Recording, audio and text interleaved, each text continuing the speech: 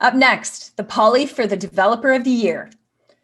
When developers sit down to work on a project, they don't sit there dreaming of fortune and glory. Maybe they hope their idea is the next unicorn, but they mostly just want to solve interesting problems and create cool experiences.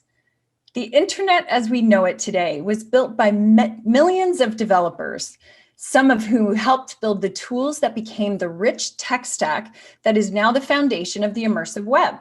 We're here to speak their names.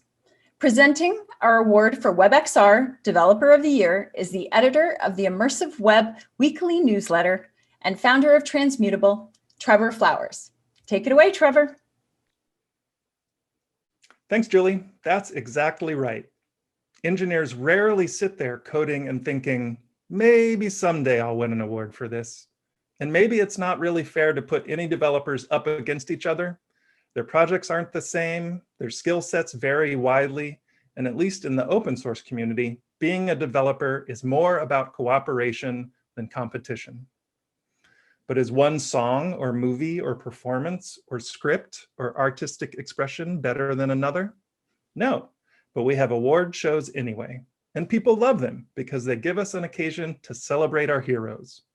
The list that I'm about to read of the 6 nominees for WebXR Developer of the Year doesn't begin to cover the long list of worthy developers whose prior work built the vast code libraries, tools, utilities, and platforms that make the immersive web possible. The arrival of the W3C WebXR device API gives us a standard to rally around, and our 6 nominees have each contributed with distinction to provide innovations that we hope inspire other developers to join the movement to build a more immersive content that is delivered via the web.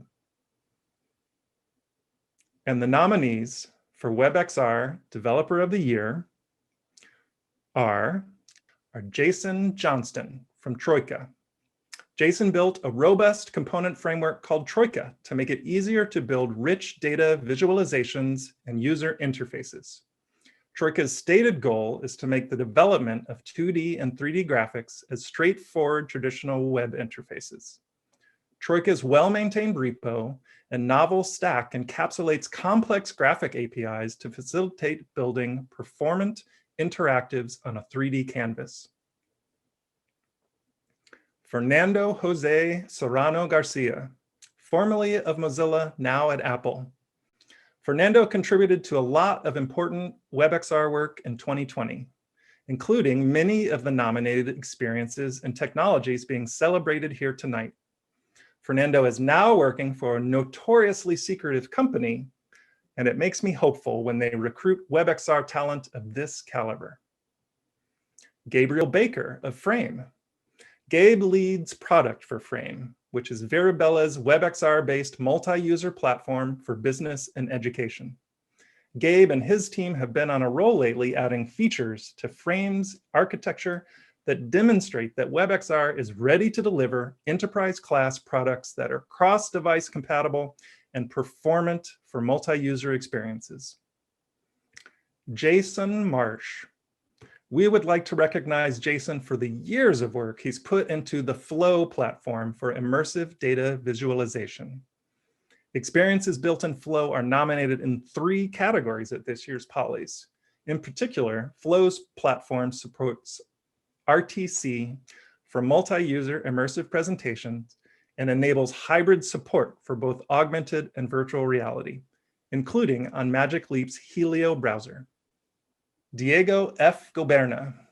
Diego is another WebXR Developer of the Year nominee whose wide-ranging contributions include multiple nominated experiences. Moonwriter, Hello WebXR, and the A-Frame framework have him working close to the flame of immersive web innovation. Marlon Lückert. If only A-Frame supported umlauts, then we could display Marlon's name correctly. He deserves it because Marlon is also nominated for Innovation of the Year for his work on Facebook's hand tracking and WebXR. As part of Veribella's Frame team, Marlon's doing deep under the hood work that will wind up as part of essential functionality that will soon be taken for granted, but we shouldn't.